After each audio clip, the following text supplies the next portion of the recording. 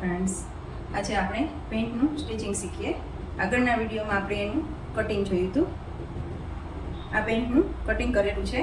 બે પાછળના ભાગ છે અને બે આગળના ભાગ છે. પાછળના ભાગ થોડા મોટા હોય છે અને આગળના ભાગ થોડા નાના હોય છે. એ તો આપણે કટિંગમાં બતાવેલું છે. અને આ એનો બેલ્ટ છે. લાસ્ટિક પાછળના ભાગમાં લાસ્ટિક આવશે અને આગળના ભાગમાં કેનવાસની પટ્ટી આવશે. અને આ એનું પોકેટ છે. પહેલાં આપણે પોકેટ મૂકતા શીખીએ. આ આગળનો ભાગ જે છે એમાં જમણી સાઈડ આપણે પોકેટ મૂકવું હોય તો પહેલાં આપણે આ ગોળાઈ ફિટ કરી લઈએ.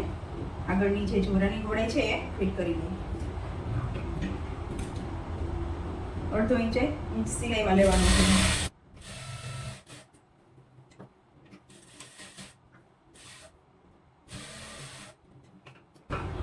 હવે આપણે આગળના ભાગમાં જમણી સાઈડ આપણે પોકેટ મૂકવાનું છે. ઉપરથી 2 ઇંચ મૂકી દેવાનું છે અને 6 ઇંચની પોકેટની જગ્યા રાખવાની છે.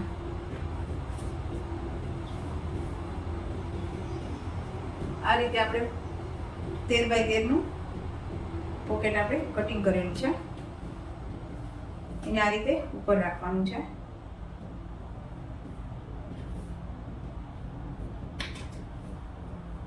અહીંયાથી આપણે અડધો ઇંચ સિલાઈ લગાવવાની છે, કટથી કટ સુધી.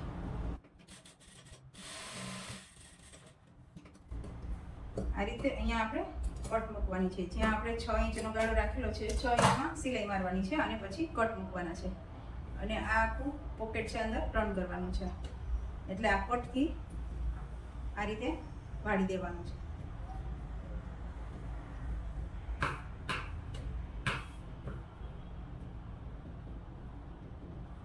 મારા નવા વિડીયો જોવા માટે મારી ચેનલને સબસ્ક્રાઇબ કરજો. આ રીતે પોકેટમાં ખૂણામાં ખાસ સરસ સિલાઈ મારવાની છે. એક પ્રેશર ફૂટ જેટલી જગ્યા રાખી અને આ રીતે સિલાઈ મારવાની છે. આ રીતે પોકેટના આમાં ઘડીવાળો ભાગ છે, નહીંતર અલગ અલગ આપણી પાસે 2 કટકા હોય તો પણ અહીંયાથી સિલાઈ મારીને જોઈન્ટ કરી લેવાના છે. આ રીતે પોકેટ થાય છે. હવે આ નીચેની એક સિલાઈ મારી લેવાની છે. પોકેટમાં પણ આપણે અલગ અલગ શેપ કરી શકીએ.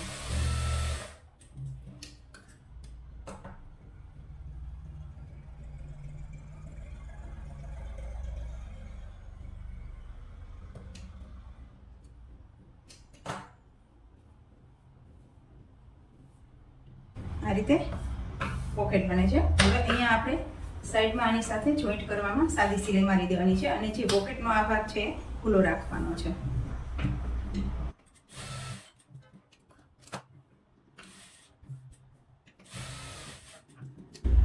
આ રીતે અહીંયા આગળનો ભાગ થોડો ત્રાસો હોય છે તો થોડું પોકેટ આપણે કટ કરી લેશું. આ રીતે આપણું પોકેટ તૈયાર થઈ ગયું છે. હવે આપણે આગળના ભાગમાં 2 નાના એવા ટક્સ લેવાના છે. અંદાજે અહીંયાથી 3 ઇંચ પછી પોકેટ ન આવે એ રીતે ટક્સ લઈ લેવાના છે.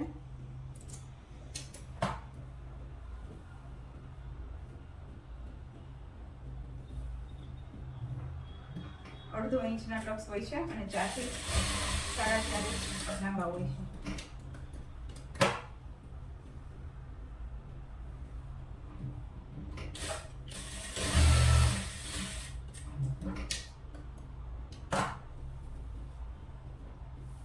હવે આગળનો ભાગ આપણે બેલ્ટ વાળો બનાવવાનો છે. તેમાં કેનવાસ નાખીને બનાવવાનો છે અને પાછળના ભાગમાં પ્લાસ્ટિક મૂકવાનું છે.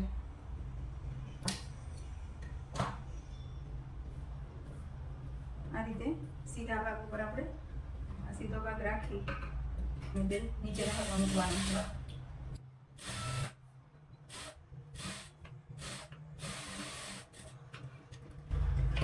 અહીંયાથી આપણે કટ કરી લઈશું.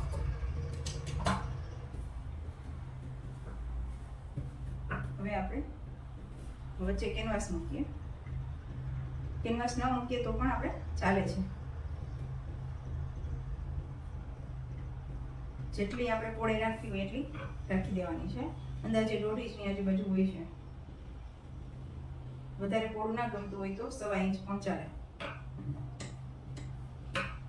પ્લાસ્ટિકનું માપ હોય એ રીતે આપણે આગળનો બેલ્ટ લેવાનો છે.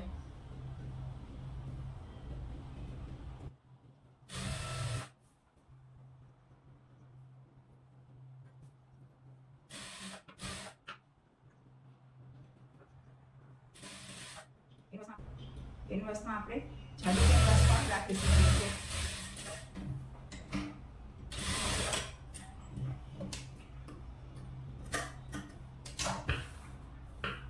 આ રીતે આગળનો ભાગ તૈયાર થઈ ગયો છે.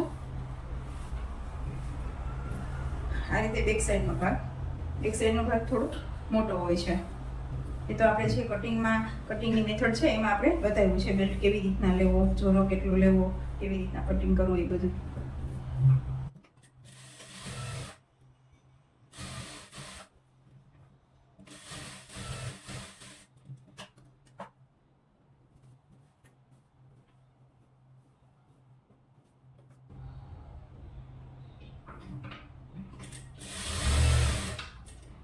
આગળના ભાગ કરતાં પાછળના ભાગમાં બેલ્ટ થોડો મોટો થશે. આમાં આપણે ઉપરથી બેલ્ટ મૂકીએ. કવર સિલાઈ કરવી હોય તો ઉપરથી આપણે બેલ્ટ મૂકવો પડે છે.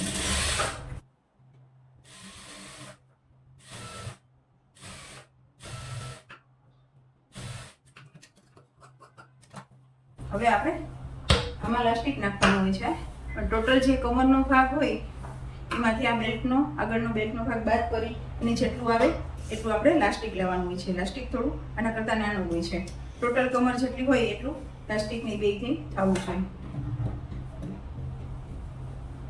હવે આપણે નીચે કટ બનાવવા છે. જે મોરીમાં આપણે કટ બનાવવો હોય આપણે નિશાન આપણે 3.5 ઇંચનું કરવાનું છે.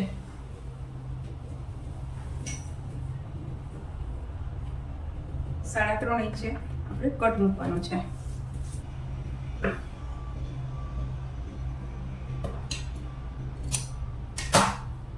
આ રીતે આપણે 3.5 ઇંચથી સિલાઈ લેવાનું ચાલુ કરવાનું છે સાઈડના કટ માટે.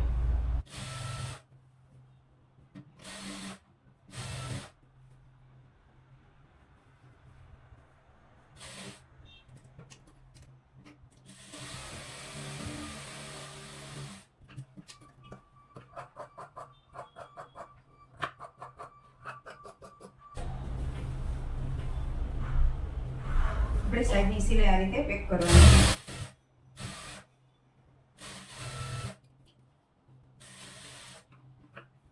આ રીતે જે આપણે પાછળ બેલ્ટ મૂકેલો હોય છે, આગળનો બેલ્ટ તૈયાર છે. પાછળ જેમાં લાસ્ટિક નાખવું છે એ બેલ્ટ પહેલા એક સિલાઈ મારીને મેં ફિટ કરી લીધો. હવે કવર સિલાઈ કરવા માટે આ એની અંદર આમ લેવાનો છે અને આને આ રીતે બહારની સાઈડ આ રીતે રાખવાનો છે કવર સિલાઈ માટે.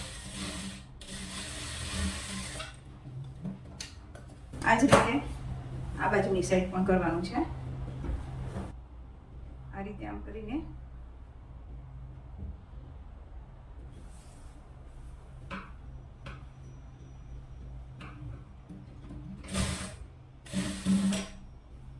આ બાજુની સાઈડ આપણે પોકેટ છે એટલે જે પોકેટનો અંદરનો આ ભાગ છે એ સિલાઈમાં નથી લેવાનો, આ એક જ ભાગ લેવાનો છે. એટલે એ ખાસ ધ્યાન રાખવાનું છે કે પોકેટનો અંદરનો ભાગ ના આવી જાય.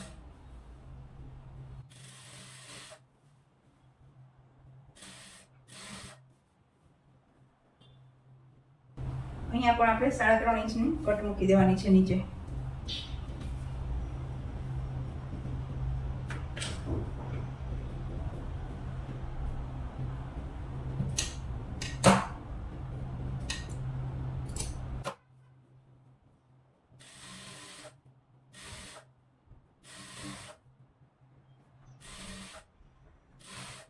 કટ પાસે આપણે થોડી લોક સિલાઈ કરવાની છે એટલે કટ ખુલી ના જાય.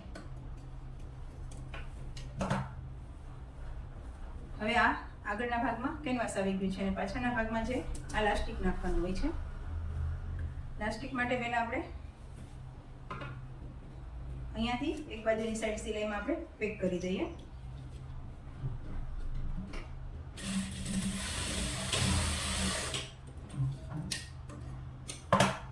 એ જ રીતે સામેની સાઈડ પણ પેક કરી દેવાનું છે. આપણે આખામાં પણ લાસ્ટિક નાખી શકીએ છીએ, તો આગળ અલગ અલગ બેલ્ટ બનાવવાની જરૂર નથી. સળંગ આપણે આખો ને 4 ઇંચનો કાપી અને સળંગ લગાવી શકીએ છીએ. એમાં આપણે કમરના માપનું લાસ્ટિક લેવાનું હોય છે.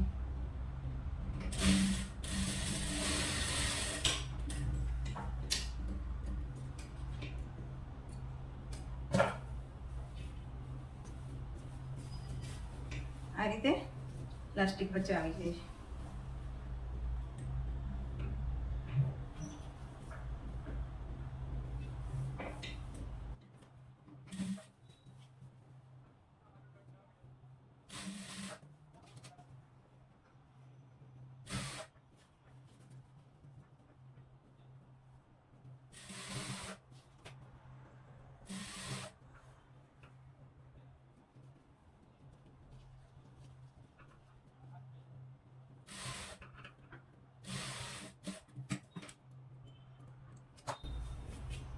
આ રીતે અહીંયા આપણે કવર સિલાઈ થઈ જાય છે, એટલે અહીંયાથી આ રૂછા દેખાતા નથી. આગળના સાઈડ બેલ્ટ થયો છે અને પાછળ પ્લાસ્ટિક. હવે આપણે આમાં વચ્ચે સિલાઈ ખેંચીને મારવાની છે.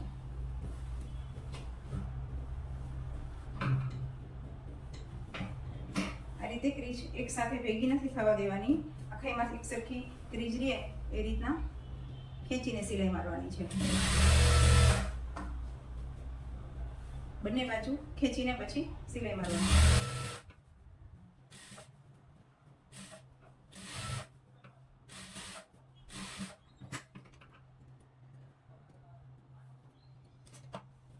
આ રીતે ઉપરનો ભાગ કમ્પ્લીટ થઈ ગયો છે.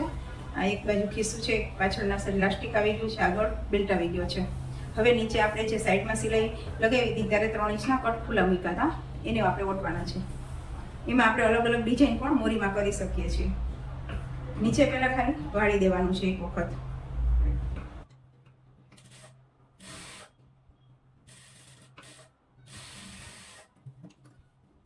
તમારે કંઈ પણ શીખવું હોય તો કમેન્ટમાં લખી શકો છો. આ રીતે કર્યા પછી સવડી બાજુની સાઈડ લઈ અને આ જે કટ હોય છે એને આ પૂરી સિલાઈ સુધી આપણે ટર્ન કરવાનો છે અને ઊંધી સિલાઈ મારવાની છે. અહીંયા ખાસ જોવાનું છે કટ ટુ કટ જ સિલાઈ આવવી જોઈએ, તો જ સામસામેના કટ સરખા થાય છે.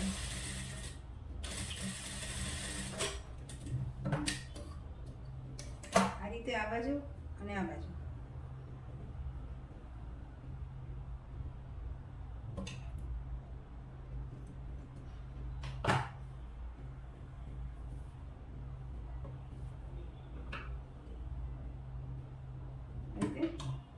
બીજો કટ સામેનો, એ પણ એના સામેના પોઈન્ટમાં જ આવવો જોઈએ.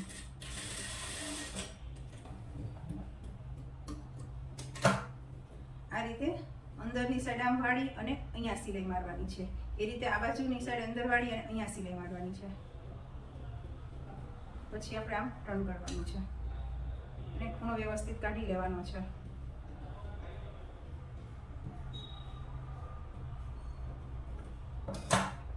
આ રીતે આપણા કટ બને છે. હવે સિમ્પલ સિલાઈ લગાવવાની છે.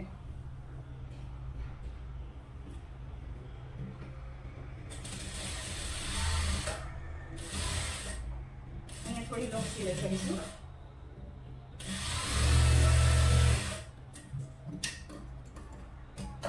આ રીતે આપણી સરસ મોરીમાં કટ તૈયાર થાય છે. એ જ રીતે બીજી બાજુ કરવાનું છે.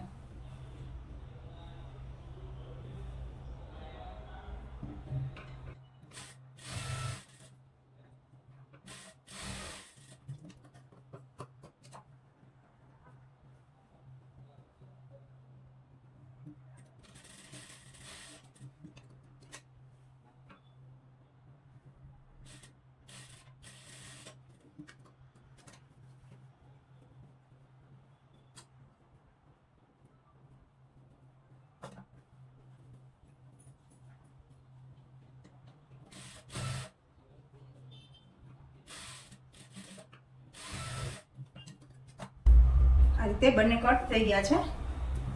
હવે આપણે વચ્ચેની મિડલ સિલાઈ મારવાની છે.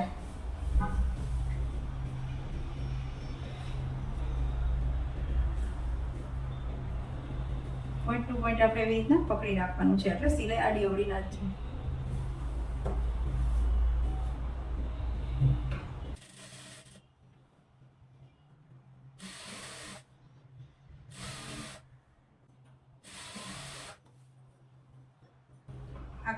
ત્યાં સુધી વ્યવસ્થિત સરખો આવે એ રીતે આપણે પકડી રાખવાનો હોય છે, એટલે લાંબો ટૂંકો ન થાય.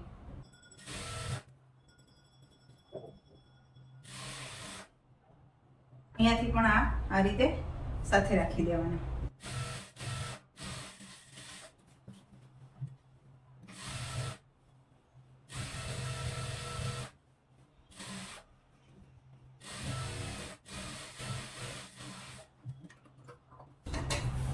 આ રીતે આપણું પેન્ટ રેડી થઈ ગયું છે. એક પોકેટ સાથે, આગળ બેલ્ટ, પાછળ લાસ્ટિક અને અહીંયા સાઈડમાં કટ. આ રીતે આપણે ચેન વાળું પણ કરી શકીએ છીએ. ચેન નાખવી હોય તો આગળના ભાગમાં અહીંયા આપણે પહેલાં ચેન ફિટ કરવાની હોય છે, અને આખામાં લાસ્ટિક નાખવું હોય તો પણ થાય છે. આખામાં આ જે નેફાનો ભાગ છે એમાં અંદર આખામાં પૂરામાં આપણે લાસ્ટિક નાખવાનું હોય છે. Thank you.